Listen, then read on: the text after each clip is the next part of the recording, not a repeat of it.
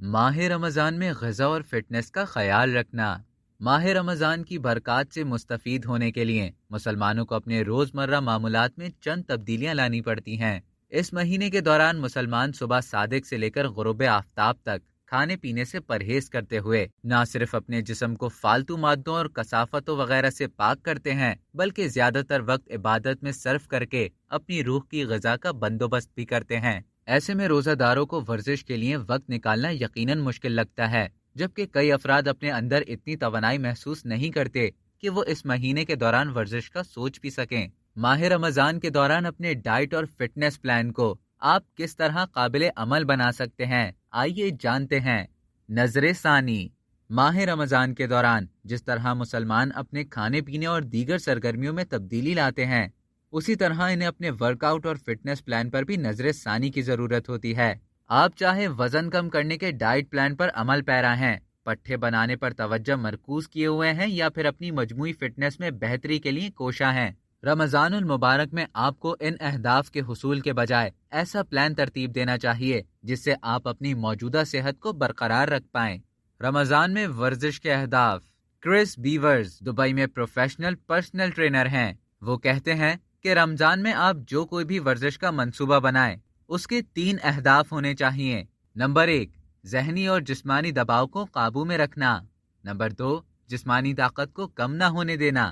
اور نمبر 3، پٹھوں کے حجم کو برقرار رکھنا۔ بیورز مزید کہتے ہیں کہ رمضان المبارک میں روزہ رکھنے والے مسلمانوں کو ورزش کے دورانیے اور شدت دونوں میں کمی لانی چاہیے، اور وہ ورزش کی کمی کو دیگر کئی طریقوں سے پورا کرنے کی تجویز دیتے ہیں۔ ہم اپنے روزمرہ کے کئی کاموں میں تبدیلی لا کر ورزش کی کمی کے اثرات کو ختم کر سکتے ہیں۔ لفٹ کے بجائے سیڑھیوں کا استعمال، دوڑنے کے بجائے چہل قدمی اور تھوڑی بہت ویٹ لفٹنگ، یہ چیزیں آپ کے میٹابولزم کو برقرار رکھیں گی اور آپ کے پٹھوں کا حجم بھی نہیں سکڑے گا۔ رمضان کے 3 پلان۔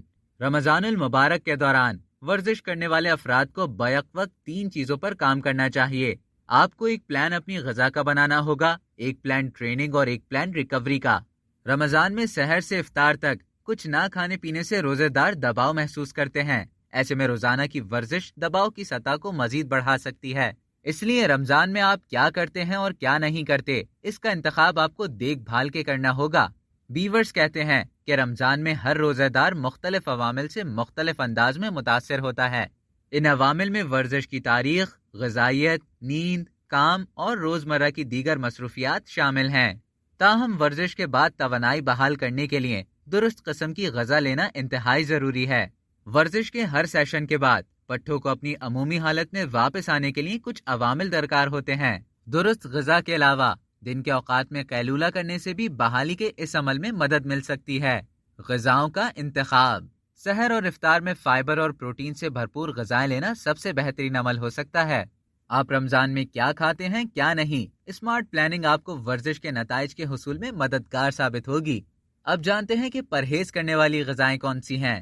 کم غذائیت والی چیزیں جیسے کیک، بریڈ، اناج، کریکر اور بسکٹ سے پرہیز کریں۔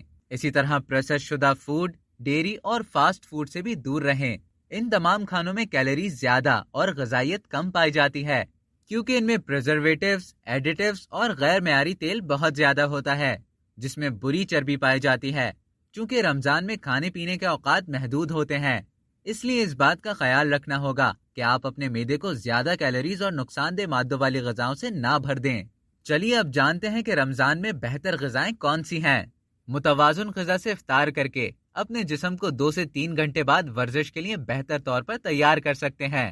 ماہرین 2 یا 3 کھجور سے روزہ کھولنے کی تجویز دیتے ہیں، جو کہ ایک پھل کے برابر غذائیت فراہم کرتی ہے۔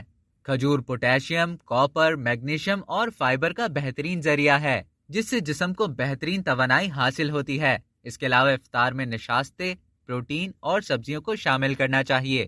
مزید یہ کہ افطار میں براؤن چاول، جو، مرغی اور مچھلی کو بھی شامل رکھیں۔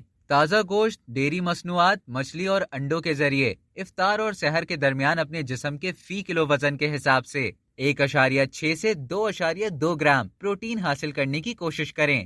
ان غذاؤں سے خون میں گلوکوز کی سطح برقرار رہتی ہے، معدہ زیادہ دیر تک بھرا ہوا محسوس ہوتا ہے اور آپ کو ورزش کے لیے ضروری توانائی ملتی ہے۔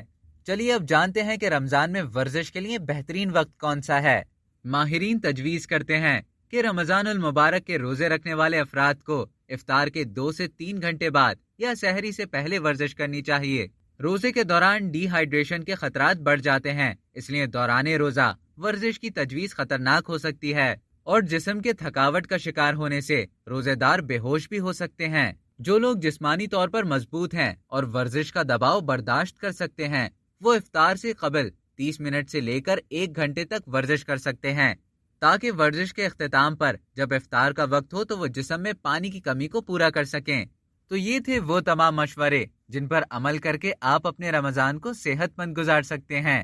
اب تک کے لیے اتنا ہی۔ مزید اسی طرح کی معلومات حاصل کرنے کے لیے ڈیلی جنگ کو سبسکرائب کریں اور بیل آئیکن پر کلک کریں تاکہ تازہ ترین ویڈیوز کا نوٹیفیکیشن آپ کو بر وقت موصول ہو۔